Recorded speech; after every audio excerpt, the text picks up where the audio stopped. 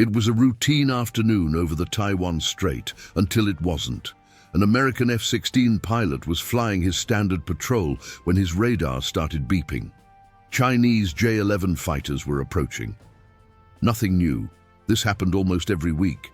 But this time would be different. What happened in the next 47 seconds left not just that pilot, but the entire US military leadership on high alert.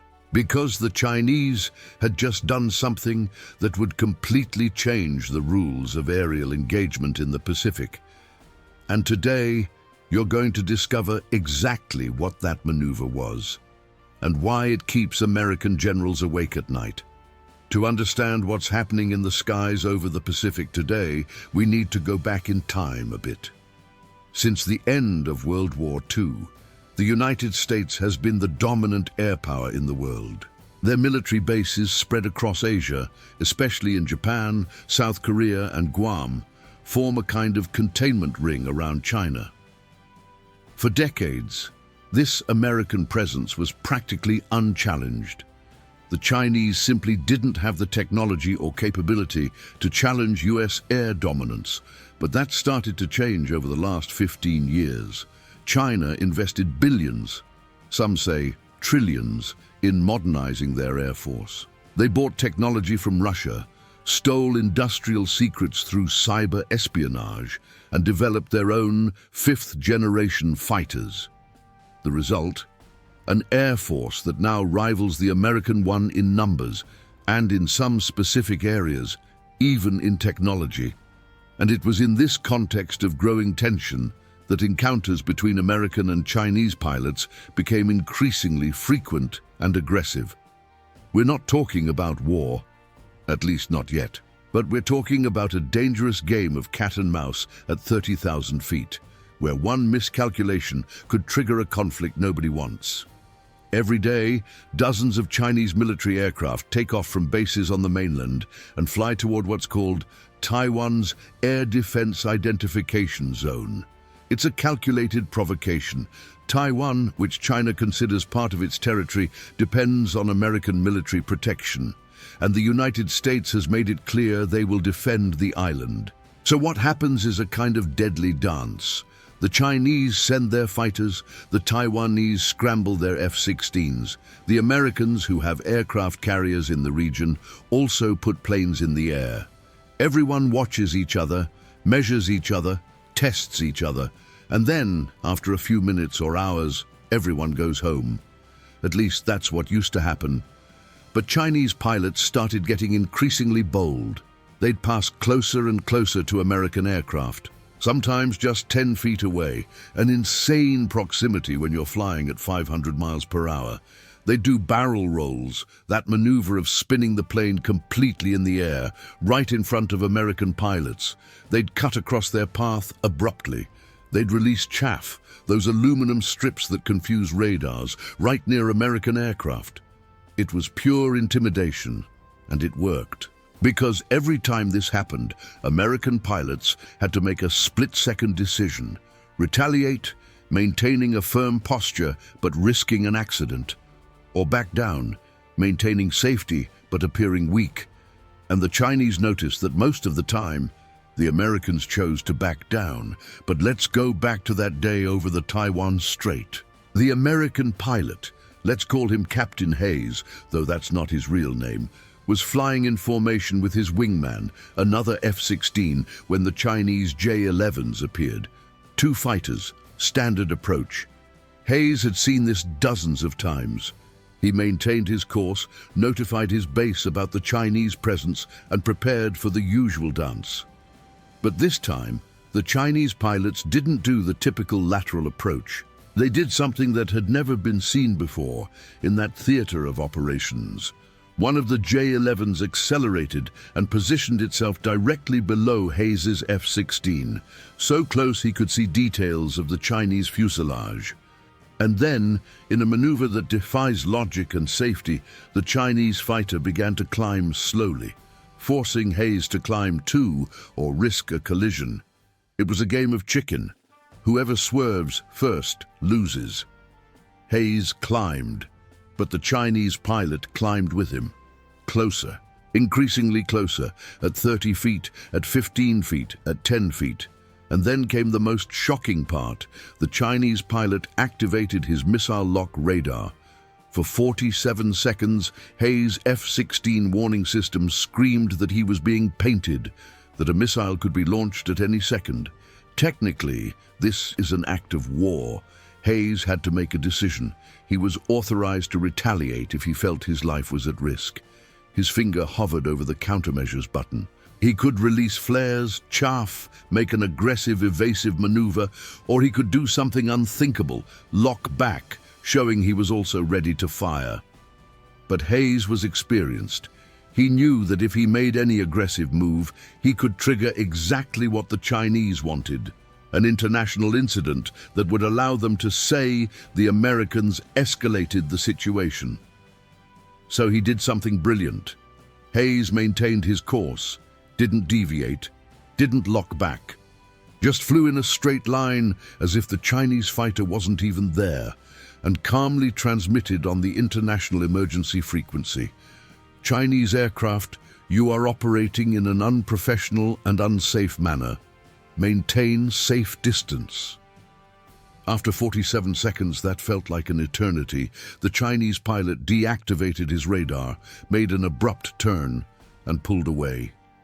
Hayes had won the psychological game, but he almost paid with his life. When Hayes landed and reported the incident, the reaction was immediate. The Pentagon issued a formal protest note. The State Department summoned the Chinese ambassador, and more importantly, the American military realized they needed to change their approach. Because this Chinese maneuver wasn't an isolated case. In the following weeks, American pilots reported at least 7 similar incidents. The Chinese were systematically testing the limits, looking to see how far they could go before provoking a response. And the big question was, what should that response be? Some generals advocated for a more aggressive posture. Train pilots to counter Chinese maneuvers with their own intimidation tactics.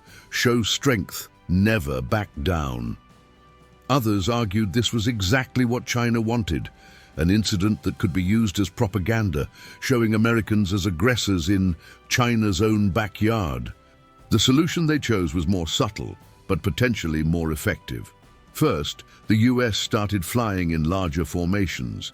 Instead of 2 F-16s, now it was 4 or 6. A show of strength without being aggressive. Second, they installed high-definition cameras on all aircraft to document every encounter. Now, whenever the Chinese did something dangerous, there was 4K video to show the world. Third, and most importantly, they changed the training. American pilots now go through intensive simulations of hostile aerial encounters, learning exactly how to react in each situation without escalating to conflict. The message was clear. We won't back down, but we also won't fall into your trap. But there was one change that really surprised the Chinese. About 3 months after the incident with Hayes, American pilots started doing something unexpected. When Chinese fighters approached for their intimidation maneuvers, instead of just maintaining course or backing down, American pilots started to talk to them.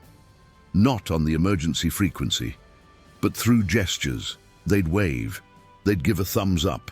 Some even took pictures of the Chinese aircraft and showed them to the cameras, like tourists. It may seem silly, but it was pure psychology. Intimidation only works when the other person is intimidated. By treating the encounters as routine, almost boring, the Americans took away all the power from the Chinese provocation. And it worked. Intelligence reports showed that Chinese pilots were confused by the new approach. Some even reported frustration in their internal communications, saying the Americans aren't taking this seriously. But what the Chinese didn't understand was that the Americans were taking it extremely seriously, just not in the way they expected.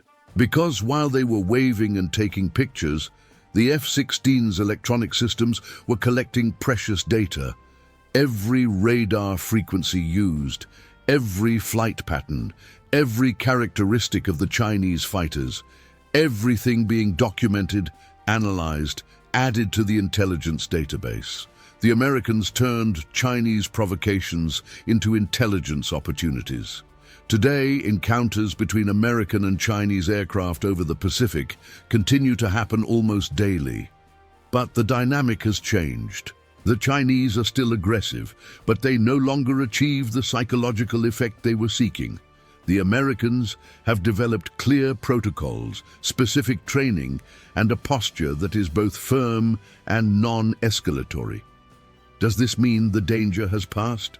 Absolutely not, because the fundamental problem remains: two superpowers with opposing interests, operating in the same extremely congested airspace. And with modern technology, where aircraft fly faster and weapons are more lethal, the margin for error is getting smaller and smaller. A tired pilot, a miscommunication, a malfunctioning electronic system. Any of these things could turn a routine encounter into an international tragedy. And if a plane goes down, if a pilot dies, the political pressures on both sides could make it impossible to avoid further escalation. International security experts call this the escalation ladder.